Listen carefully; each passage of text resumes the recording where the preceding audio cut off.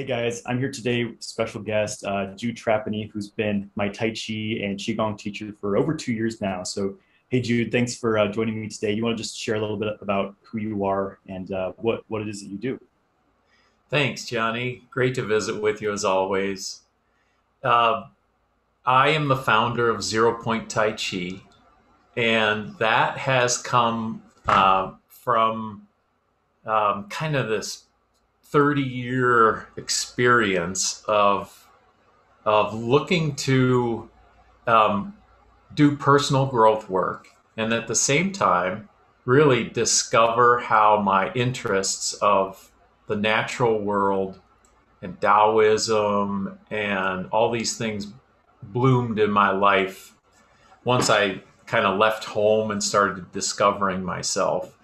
So I got very excited about nature and decided to study biology in college, and I became a fish biologist. And I grew up in upstate New York, and I moved out west and really fell in love with the mountains in the west, and spent 30 years as a government fish biologist. And it wasn't the canned approach. I got exposed to how to work together with other people, build collaboration, and do river restoration, which is my specialty, salmon habitat and river restoration. Uh, Working with other people, and I didn't realize that I was working with people's energy. I was using my intuitive abilities to understand nature and then try to communicate that to many people on the land, like ranchers and loggers and miners and recreational people, and how to respect and be in tune with nature. At the same time, I started on this journey in college learning Qigong and Tai Chi, and it really helped me to integrate some of this blending of energies.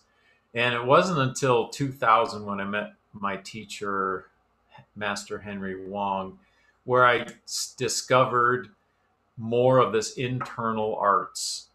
And I've shared quite a bit of this with Johnny in our sessions at how to bring about what I think is more of the the real purpose of doing Tai Chi and Qigong.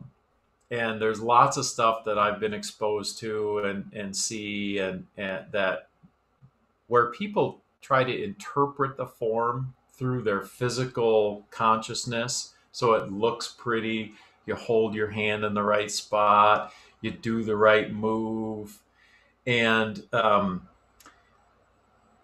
after a while, I discovered that that really wasn't the right stuff that resonated with me. And my teacher started to show me that there's this huge, greater world outside of what I was bringing to the practice. And and that was this expression of chi power and chi flow. And then I started studying all sorts of aspects of Tai Chi and Qigong, including how our sexual energy is very powerful, and if we manage it well, can be, this primordial energy that we're all born with, and most of us, through a whole variety of experiences and exposures in life, tend to put what I call these wet blankets over the top of us. So we kind of hide our abilities, we hide our light through limiting beliefs, and we don't know that we have this innate power and ability in ourselves. And so I know Johnny is on this journey to discover more and more of this, and he's shared so much of his understanding on how to integrate this stuff and really put it into practical applications. Like, how do we live with this stuff? We can learn about it and study it in books and hear teachers talk about it, and feel like people are like way ahead of us. Like, how are we ever going to catch up to that knowing and that knowledge and that integration? I think it's our job as teachers and way showers to really bridge those gaps and say, look, I discovered some of this stuff and it's really helped me. And, it's not that difficult to kind of integrate some of this stuff into our practical lives. And the ultimate goal to me, like I put in a lot of my Tai Chi teaching um, invitations, is to live a better life. It's not so you could be viewed as an expert Qigong master or you're like the best at doing the form. It's really how do we feel good and how do we live a great life, and we're very fulfilled as human beings. And I think these things are really nice tools to help us do that. Definitely. It's all about having that method, a practice, a way of doing it, and working day by day to uh, develop that connection. So Jude, something I want to talk to you about is kind of the subject of male sexual depletion, loss of virility that's becoming very common in the world. Infertility rates are increasing, impotence, sexual dysfunction, as well as just general, adrenal fatigue, burnout. People are more stressed than ever. Just the excess stimulation of the modern world, but it's, especially all the politics, the news, the fear that's being spread worldwide. So do you want to share a little bit about your experience directly with this subject, and if you ever experienced some of this yourself, and maybe how you personally overcame these kinds of issues? Yeah, thanks. Boy, that's a big topic, isn't it? There's so much challenge living in the current world. Yeah, There's so much stimulation, and we've really been trained to be overthinkers. Um, Modern school has taught us that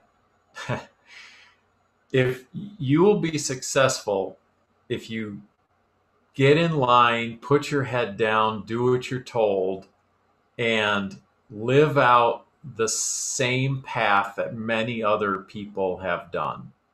And I think what many of us are finding is that this recipe resonates less and less.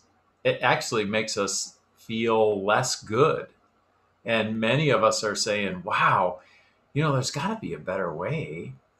And me being born in 1965, I got this overlay like, wham, Catholic school and public school really like just shut up and do it, the way everybody else is. And I had to leave all that behind and go on my own adventure.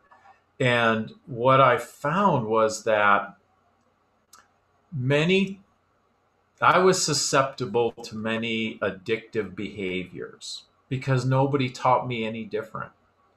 And so, I could look at eating too much sugar as a kid. I ate lots of Captain Crunch and Cocoa Puffs for breakfast, and no one guided me that that's probably not the right stuff. And but then I equate it more to, and I never was a big drinker, using drugs or anything like that. But I watched a lot of my peers. I grew up kind of at the tail end of the drug culture, and it was rampant. Lots of my peers were into it, and um, but one thing that's also interesting to me that I learned later in life is the expression of our sexual energy, and that was addictive, I think, to almost all of us guys. And I don't know about my peers as women growing up through the time that I grew up because we didn't talk about that all that much. But there's a unique thing when it comes to sexual addiction for men that we can have lots of orgasms and really enjoy them, but not knowing that it really depletes us. And that's textbook that too much expression of the male sexual energy just like drains the bathtub, man. And so what brought me to knowing more about that is the idea of Tai Chi and Qigong is to fill up your energetic reservoir. And I thought, well, why does it need filling up? But I realized between overworking and overgiving and not knowing balance in a whole host of ways in life, including sexual expression, was really depleting me. And so I thought, wow, I could change this. But I realized that it was really difficult because it can be an addiction. And you've talked a lot about that in your programs. And so what I started to understand is, yeah, all you need is love. It's my text notification. I started to understand love a little bit more. And what happens when we start to ask questions of, wow, how do I do this differently? You know, how do I look at my participation in the world, especially expressing my sexual energy in all sorts of ways? It's not about having relationship and sex, but it's how outwardly we all express ourselves, and it can be men and women. It's the divine masculine expression, and it's easy for men to express on over expression of the divine masculine because that's how we're trained.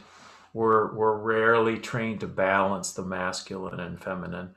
And so I started to understand to have control over that and to move it more into balance. And this is still a path that I'm taking, is to try to understand this more and more and how I relate to the world.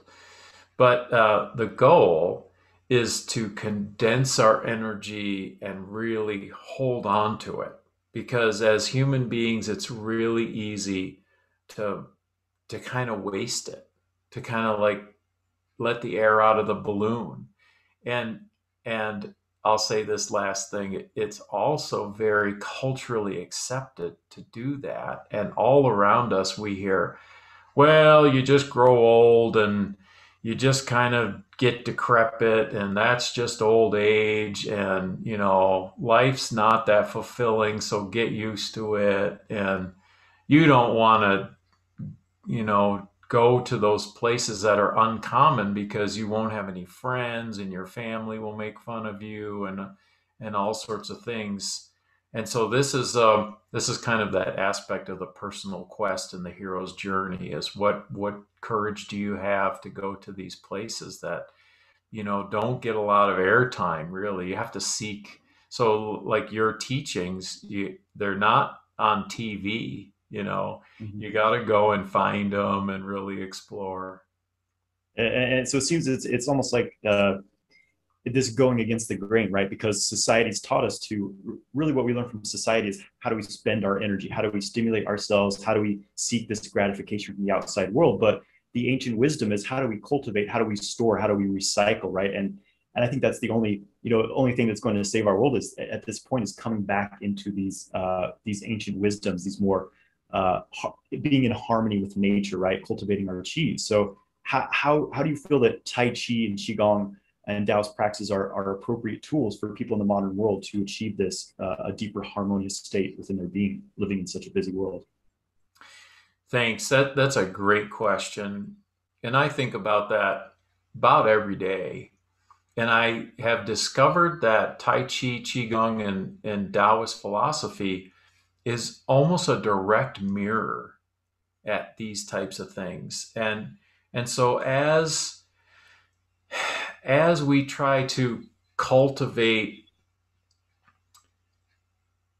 this, as we try to increase this reservoir in ourselves so that we can live a more fulfilled life, I came across a number of what I call these cultural conditionings. And there's like a ladder of them. And one of the big rungs in the ladder is competition. And so the reason why I bring this up is because why do we do things? And where do we find ourselves? Where's our motivation? And so one of the basic ones we've been trained in is, oh, I'm going to do Tai Chi to be better than you. And you think, oh yeah, okay, but I'm amazed at the Tai Chi practitioners that I've met through the years that are actually very motivated just to be better than somebody else. And I am not a competitive person, and so I don't feel like I've kind of fallen prey to that. But the some of the basic concepts in Tai Chi and Qigong re- are reflective of going above that competition rung. So it's being soft and being calm and being grounded and being connected to universal energy and being able to not have the external world trigger you or land on you. And in Tai Chi, the method is if you could do it physically, in other words, somebody touches you and you just relax and turn your body and the touch goes away. If you could practice it physically, it's much easier, I find, to do it mentally, emotionally, and even spiritually. So as we practice Tai Chi and Qigong, we're moving ourselves into what I call the 0 point field. We're getting this consciousness that is more than just our mental expression and filter of this reality that we live in. And so we soften. What it equates to is feeling good. We get in the zone. We breathe deeply. We're connecting to our body fully. And then when we practice, we're really training ourselves physically to move in such a way that it is in flow, it is in ease. And ultimately, it's really understanding the internal world of who we are. So it's, you could say, these are tools that I believe are very effective at finding out who we are. And then the benefit is that no matter what the external world is doing, I am still in my space and my fulfillment, and I'm living out my passions, and I'm visualizing what I want life to be for me, regardless of who got elected president and what local thing is going on in the world and how people are being nasty to each other. I know, Johnny, you've talked about helping people like stop watching the news and stop doing your addictive behaviors that dissipate your energy.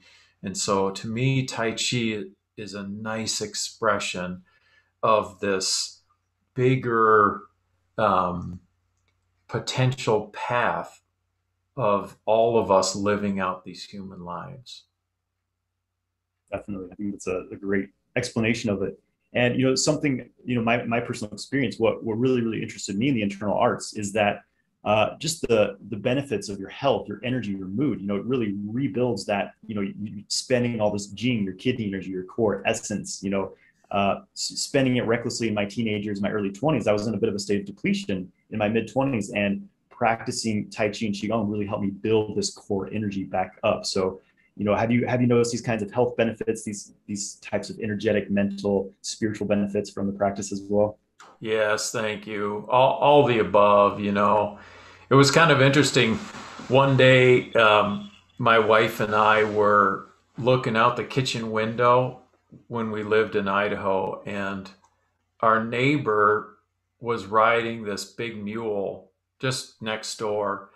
And he's an older guy, and his son was out there with him, and they were playing around. And I turned away, and when I looked back, the guy was on the ground, and I intuitively could tell that this mule threw him out of the saddle, and he landed hard on him. This thing was like 18 hands tall, it was really tall, and so he didn't have very good dexterity, and he got injured badly. And so I asked my wife, get ready to call 911. And I ran out the door, and I just vaulted over the fence and got down next to the guy, and he was bleeding, and I helped him, and I turned around and I did this to my wife to call.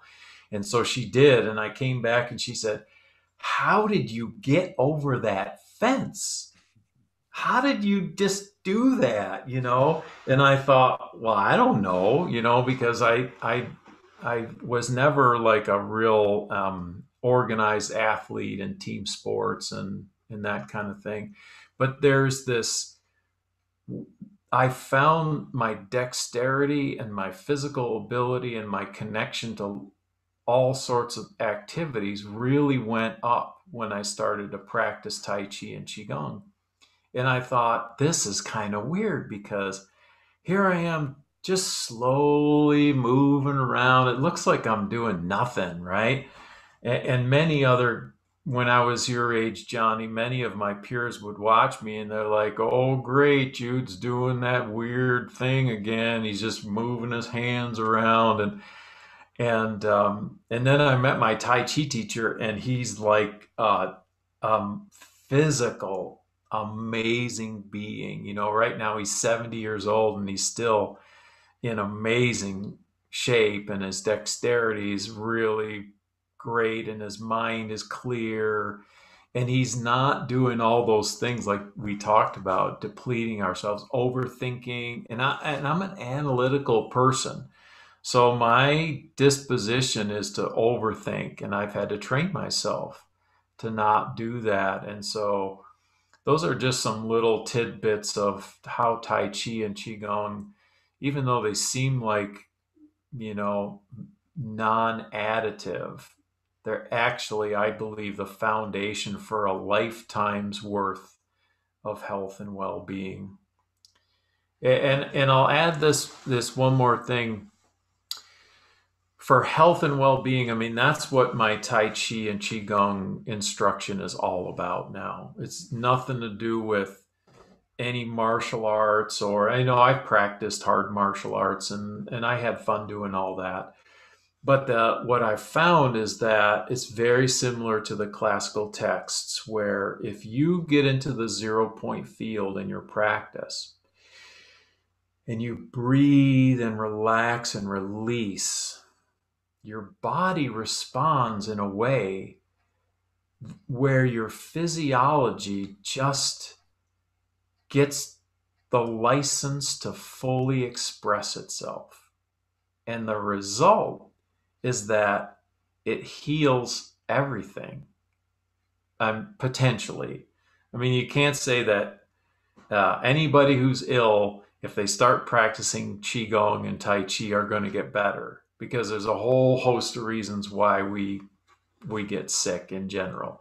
But this foundation and this maintenance of health and wellness comes out of this practice of getting in the 0 point field and feeling joy, and you put a smile on your face and you get calm, ease, flow.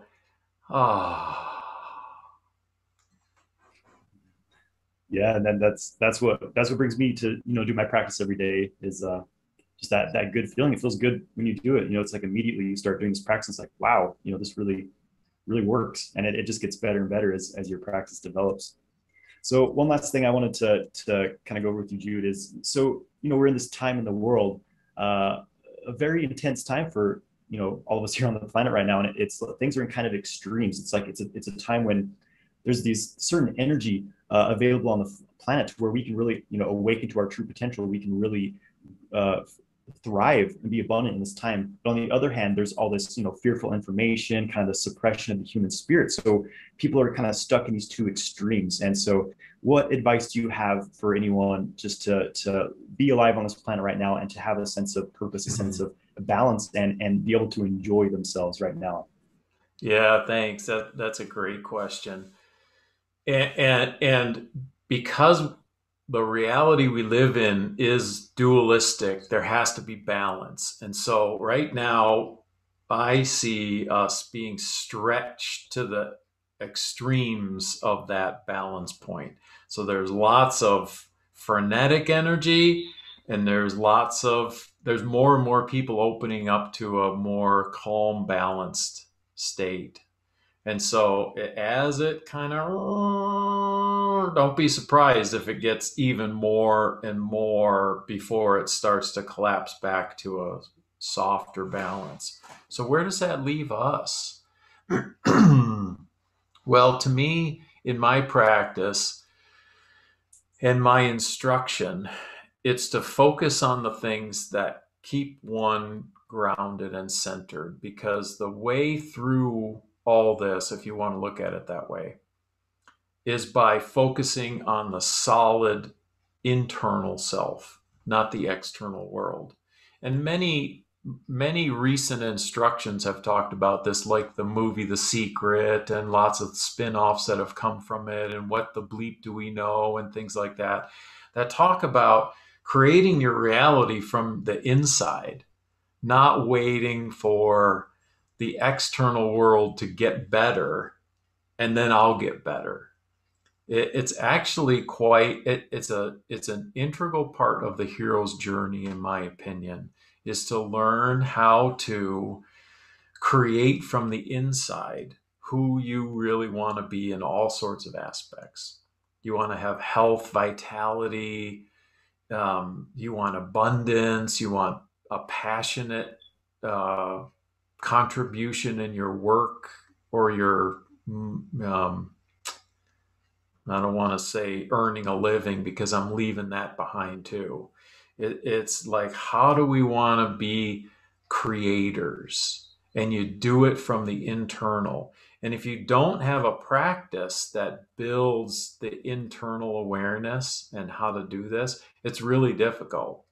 It's kind of like going on a big adventure and you don't even have your shoes on, you're just kind of flailing around. But how do you find somebody to help with this instruction, and um, how do you work from your creative capabilities from the inside? And people like you are offering these trainings on how to build this into your everyday life. And how do we really springboard off of that daily practice to say, oh, okay, this is what I want my life to be, and I'm living it right now. I'm already living it. And it doesn't matter, if China starts to throw bombs at somebody, or the economy is up and down, or I have to wear this silly mask to the store still, or any time that you move into those lower vibrational victim consciousness states, judgment, versus that calm flow of, hey, it's okay. People can express themselves. This is the planet of free choice. The world is open to all sorts of us doing our thing, but I am building boundaries and I'm creating a wonderful life for myself. That's what I focus on. So yeah, it's that whole thing of, we must be the change we wish to see in the world. If you want the outside world to change, then you've got to change something within yourself first. Beautiful. And that's, an empowering tool for everyone right now, I would say. So Yeah, uh, yeah. I'll just add this quick thing. Dr. Joe Dispenza talks about this a lot, and he says, "Hey, look, if you get up in the morning with the same alarm sound, and you get the same cup of coffee, and you do the same thing, and you drive the same way to town, you're probably not going to get any different life. You have to change how you live and learn how to build your internal focus so that you can really visualize and manifest a different life." shake up those stagnant patterns. Mm. Well, thank you so much for joining me, Jude. It's always a pleasure to chat with you. What kind of programs are you offering right now? You want to just talk about your Tai Chi trainings, your Qigong classes? What do you have going on right now? Yeah, yeah, thanks. Right now, I'm offering a 12-week program. Um, it's for beginner and intermediate people doing Tai Chi, Qigong. I call it Tai Chi plus nature, because I'm integrating the natural world into Tai Chi practice. It adds lots of depth and meaning into this stuff that we just talked about. That starts April 3rd. And if people want to find out more about working with me, they can go to my website at zeropointtaichi.com and go to my YouTube channel or follow me on Facebook and Instagram. Awesome. And I highly recommend Jude's teachings. He helped me have some serious breakthroughs in my practice. I was a bit of a kind of a stuck place in my Qigong Tai Chi practice, and Jude really helped me push through to the next level. So I can only recommend his work. All right. Thanks for joining me, Jude. Have a great rest of your day, and we will catch up soon. Thanks, Johnny.